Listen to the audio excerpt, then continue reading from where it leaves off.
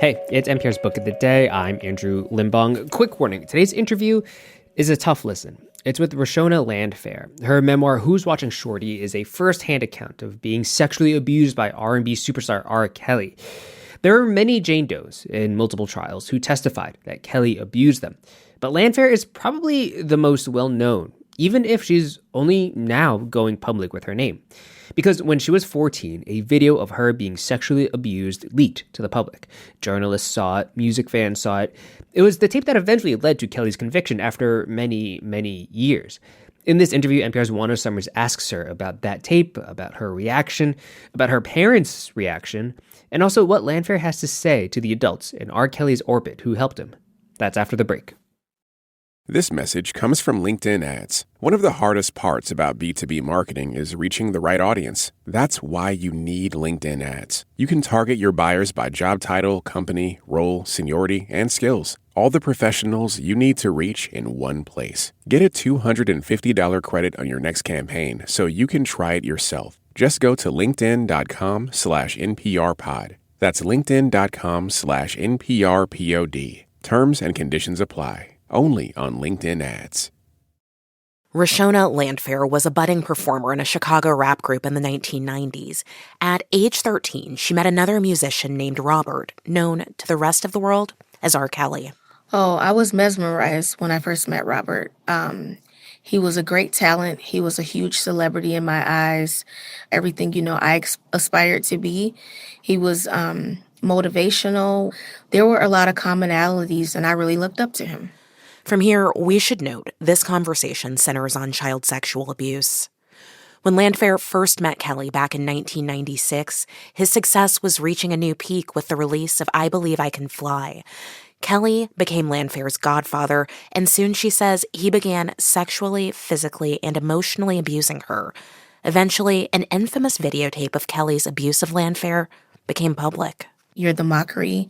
Everyone's laughing at you. I can speak more confidently about it now because I'm 41.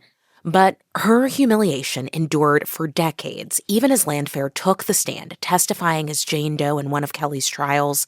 Kelly is now in prison on racketeering and sex trafficking convictions, and Landfair is now, for the first time, telling her own story.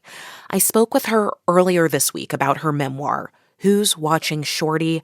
Reclaiming Myself from the Shame of R. Kelly's Abuse.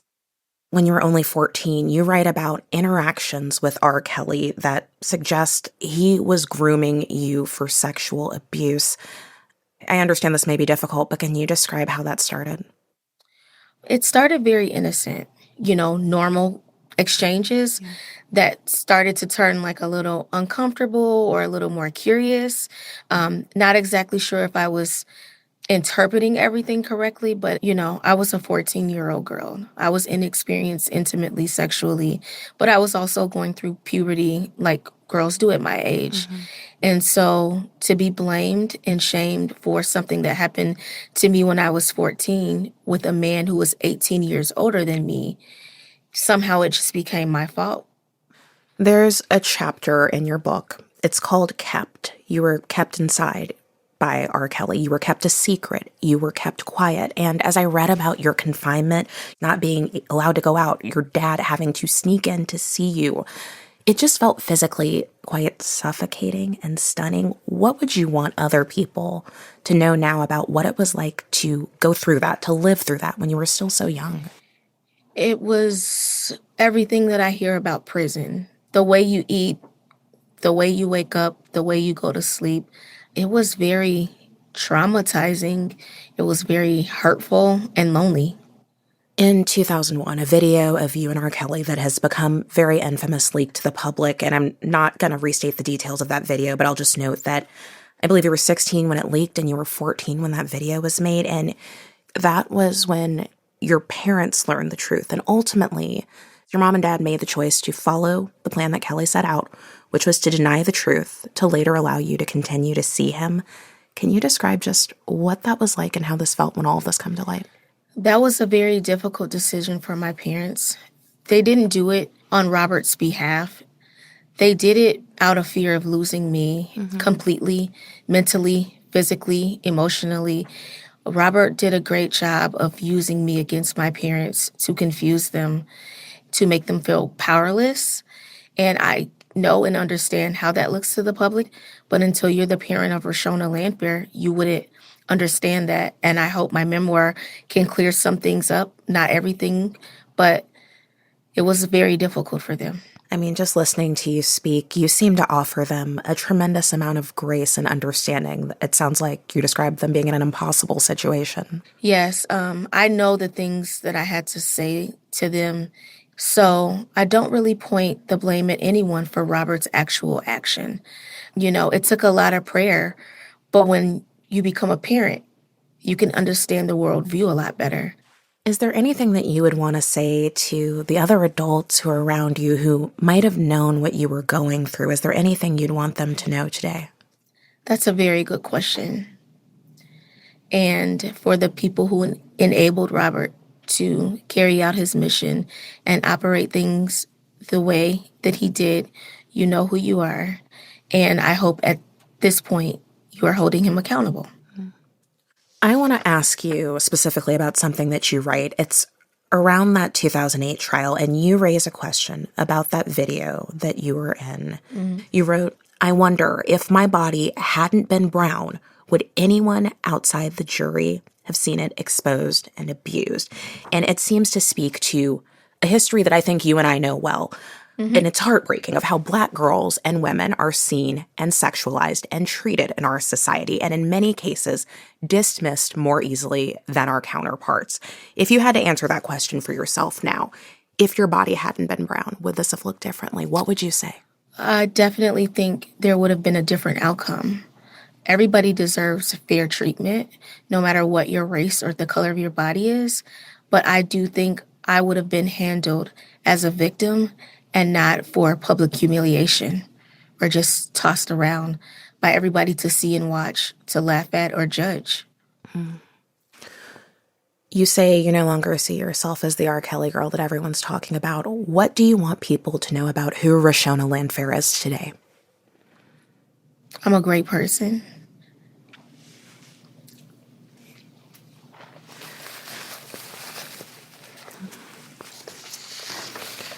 I'm a mother. I'm a friend. I'm a human being, and I have feelings.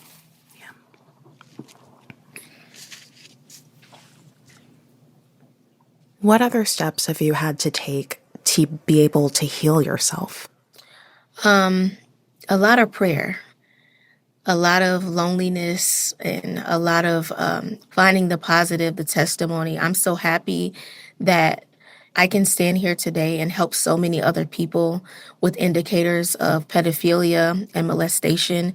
And our culture and our communities, we do a great job of keeping that a secret and making victims feel the blame. And I have a testimony where I can step out of that shadow and help many more people heal.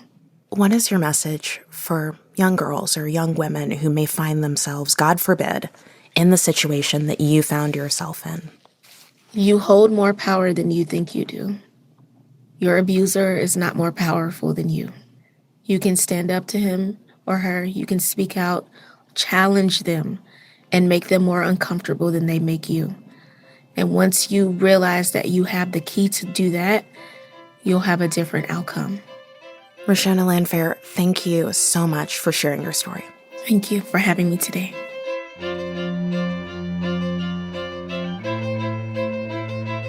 NPR reached out to R. Kelly's attorney for comment, and we haven't heard back, but his lawyer told our member station WBEZ Landfair didn't deserve the torment of being thrust into the public eye by other people who attacked Kelly's reputation, and that, quote, if there is a financial benefit Miss Landfair can get now by using Mr. Kelly's name in a book, he wants her to have it, end quote.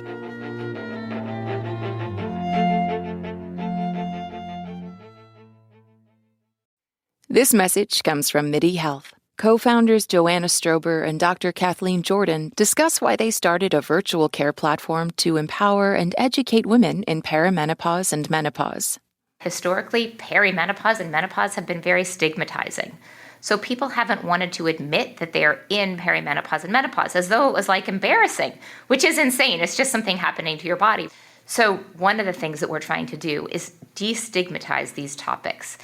Perimenopause and menopause are just women's health. So we try to educate women all the time. Maybe it's your hormones, and we would like to help you. Yeah, and I find women actually want to talk about it. It's one of the things they always comment at MIDI is that they finally feel heard. One of the ways that women find MIDI is actually from other women, and I think it's meaningful. MIDI Health, committed to helping women in midlife with perimenopause and menopause care, accessible via telehealth visits at joinmidi.com. This message comes from Instacart. Everyone prefers things a certain way, like groceries. If you want groceries just how you like them, you gotta try Instacart. They have a new preference picker that lets you pick how ripe or unripe you want your bananas. Shoppers can see your preferences up front, helping guide their choices. Because when it comes to groceries, the details matter. Instacart. Get groceries just how you like.